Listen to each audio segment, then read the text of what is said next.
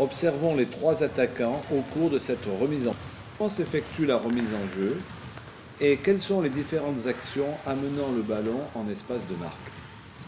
En premier temps, les deux non-porteurs de balle viennent vers le passeur en se rapprochant. La passe s'effectue en situation de face à face, sans défenseur et en étant immobile. Le porteur de balle privilégie un dribble de contournement, puis effectue une passe à un joueur démarqué.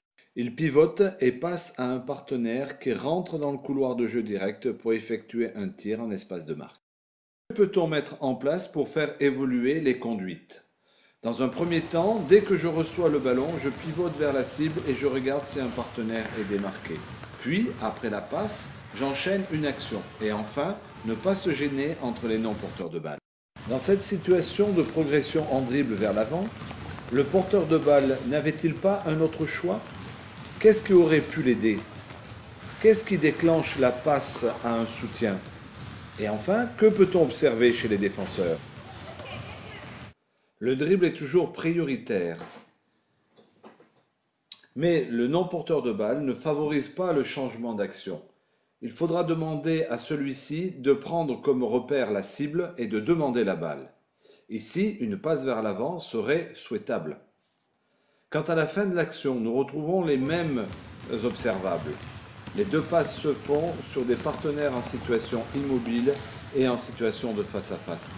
L'apparition du rebond offensif et de la passe en arrière à un soutien donne des solutions de tir à mi-distance favorables. Observons une action typique chez les poussins, le phénomène de la comète. Qu'est-ce qui la caractérise? Nous avons ici deux situations quasi identiques qui se terminent chacune par une balle perdue, dont la cause est un manque de contrôle du ballon. Mais au-delà, nous trouvons toujours cette domination du dribble sur la passe.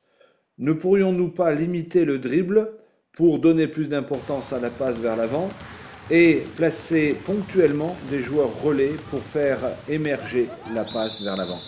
Sur cette touche, nous observons un nouveau comportement du couple lanceur-réceptionneur. C'est l'apparition de la passe longue à une main qui permet de lober l'espace défensif adverse et ainsi de donner au réceptionneur un temps d'avance. L'entraîneur pourra faire découvrir cette notion fondamentale à tous ses joueurs. L'apparition de l'augmentation de la distance de passe va permettre d'aérer le jeu et de concerner beaucoup plus les attaquants. Voici une action du porteur de balle à éviter très rapidement. Mais comment? La réaction première à cet individualisme est d'interdire le dribble. J'ai la conviction que ce n'est pas la bonne solution, mais au contraire, qu'observons-nous? Le dribbleur est gêné dans sa progression par le défenseur, l'obligeant à regarder le ballon pour garder le contrôle.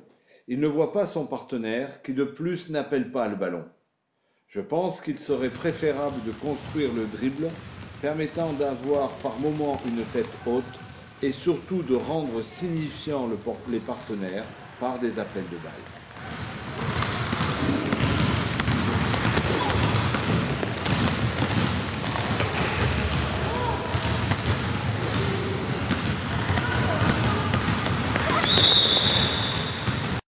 En poussin, le 5 contre 5 est un non-sens. Je vous invite à aller déchiffrer les statistiques qui parlent d'eux-mêmes. Les joueurs n'ont pas les compétences en jeu pour trouver les solutions. Le jeu est trop complexe, c'est-à-dire trop d'informations à traiter, et surtout le leader monopolise le ballon.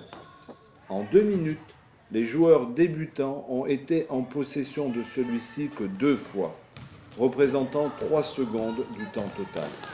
Comment peuvent-ils progresser? Stopper le 5 contre 5 et jouer sur des terrains réduits en travers en 3 contre 3. Voilà les solutions.